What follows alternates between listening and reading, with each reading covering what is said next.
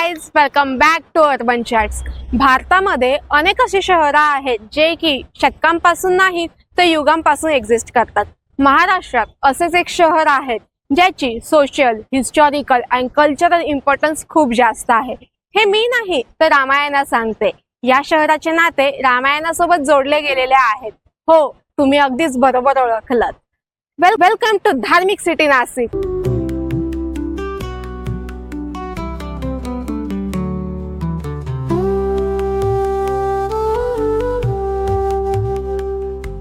जर तुम्ही one day trip साठी नाशिक प्लॅन करत असाल तर आपण ह्या व्हिडिओमध्ये नाशिक पंचवटीमधील सर्व धार्मिक स्थळे आणि जुन्या नाशकातील बेस्ट फूड प्लेसेस एक्सप्लोर करणार आहोत। तो व्हिडिओ शेवटपर्यंत नक्की पहा।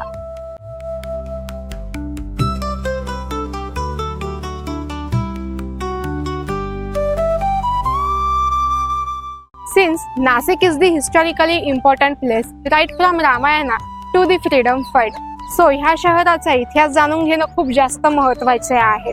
गोदावरीच्या तटावर वसलेले आणि 9 पर्वत रांगांनी घेरलेले हे शहर, ज्याला आज आपण नाशिक या नावाने ओळखतो, एशियन टाइम पासूनच या शहराला व्यापारासाठी खूप जास्त महत्त्व होते। सम्राट अशोकच्या काळात देखील या शहराला वेगळे असे महत्त्व होते। प्रत्येक युगामध्ये या शहराला वेगळ्या अशा नावाने ओळखले जात असे। सतयुगामध्ये पद्मानगर, त्रेतायुगामध्ये त्रिकंठक, द्वापर युगामध्ये जनासदा आणि कलयुगामध्ये नाशिक। या शहराला नाशिक असे नाव पडले त्याची एक वेगळी स्टोरी आहे। जेव्हा भगवान राम, लक्ष्मण आणि सीता पंचवटीमध्ये राहत होते त्याच वेळी लक्ष्मणाने रावणाची बहीण शूर्पणखा हिचे नाक याच ठिकाणी कापले होते।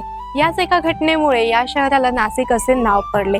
त्यानंतर मुघलांनी या शहराचे नाव गुलशनाबाद केले to considering the beauty of the city. त्या पेशव्यांनी या शहराचे नाव रिस्टोर केले आणि पुन्हा एकदा नाशिक असे करण्यात आले। नाशिकमध्ये अनेक अशी कुंड आहेत, पण त्यातले सर्वात जास्त महत्त्वाचे कुंड म्हणजेच रामकुंड। असे म्हणतात भगवान राम आणि सीता याच कुंडावर स्नान करण्यासाठी येत असे। त्यानंतर राजा दशरथ यांचे अस्थि विसर्जन सुद्धा याच कुंडावर करण्यात आले होते। त्याचमुळे आजही बरेचसे लोक येथे अस्थि विसर्जन आणि अंतिम विधीसाठी येतात। त्याचबरोबर दर 12 वर्षांनी भरणारा सिंहस्थ कुंभमेळा सुद्धा येथेच भरवला जातो।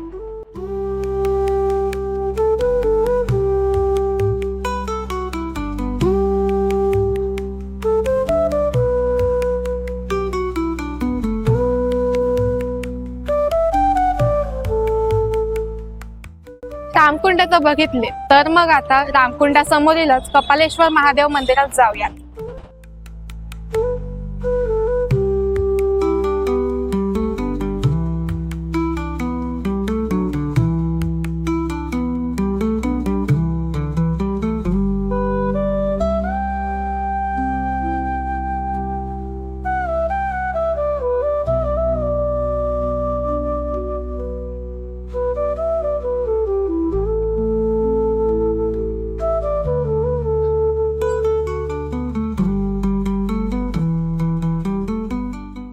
कपालेश्वर महादेव मंदिर हे जगातील एकमेव असे मंदिर आहे जेथे महादेवाच्या पिंडीसमोर नंदीला स्थान नाही। या ठिकाणी महादेवांनी नंदीला आपले गुरु मानले आहे। कपालेश्वर महादेव मंदिराचे दर्शन तर झाले, तर आता गोदावरीच्या तटावर वसलेले नारोशंकर मंदिराचे दर्शन घेऊया।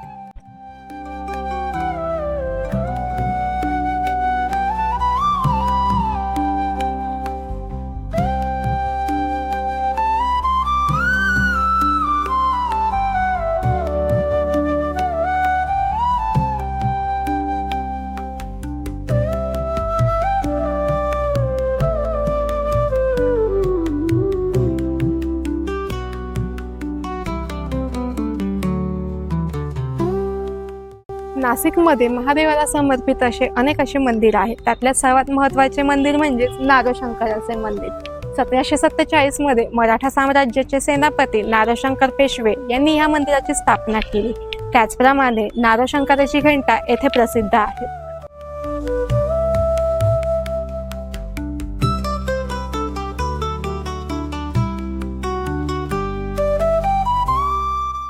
भगवान रामाच्या शहरात आलो आणि रामाचे दर्शन नाही घेतले असे कसे होईल।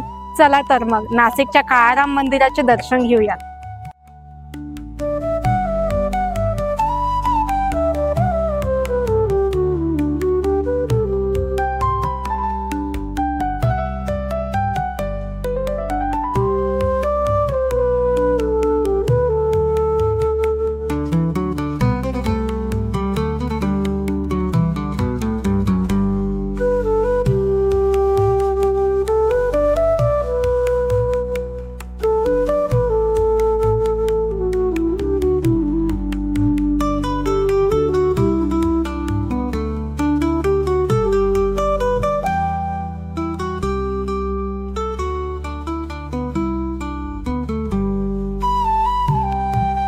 सतराशे 92 मध्ये सरदार रंगराव गौडकर यांनी ह्या मंदिराची स्थापना केली.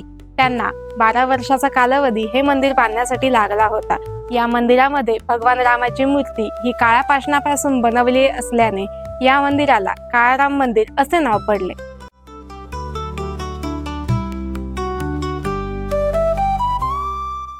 माझ्या मागे तुम्हाला जे मोठे वडाचे झाड दिसत आहे, तसेच या ठिकाणी एकूण 5 वडाची झाडं आहेत आणि ह्याच एका कारणामुळे या परिसराला पंचवटी असे नाव पडले.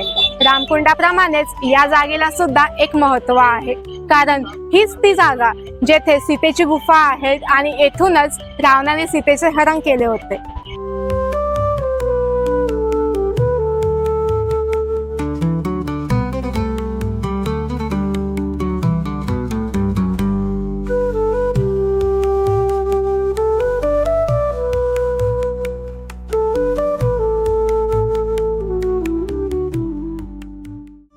पंचवटीमधील मंदिर व परिसर फिरून झालेला आहे, पण आता लागली आहे भूक आणि त्याच भुकेसाठी नाशिकचा फेमस नाश्ता म्हणजेच नाशिकची झणझणीत मिसळ.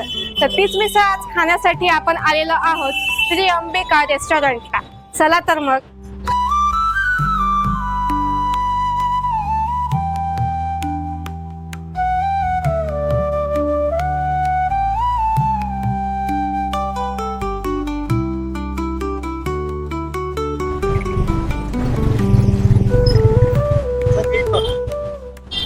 येथे मी आता गोदा हलवाईची स्पेशल अशी जलेबी, फाफडा, खुर्चनवडी आणि थंडगार अशी बासुंदी मागवलेली आहे.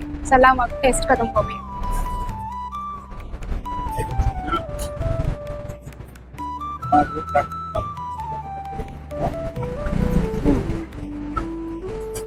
जलेबी ही एकदम अशी क्रंची आहे.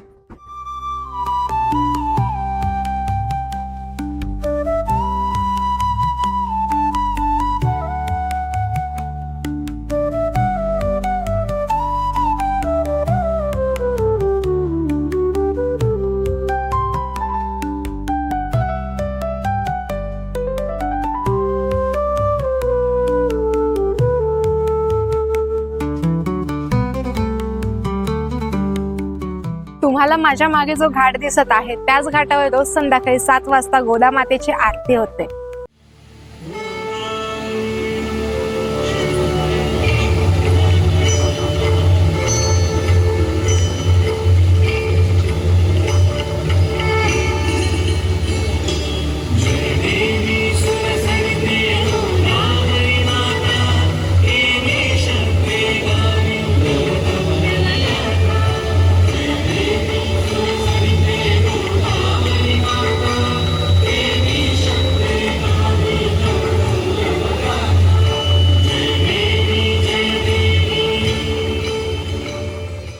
काय मग कसा वाटला व्लॉग? मला कमेंट सेक्शन मध्ये नक्की कळवाल.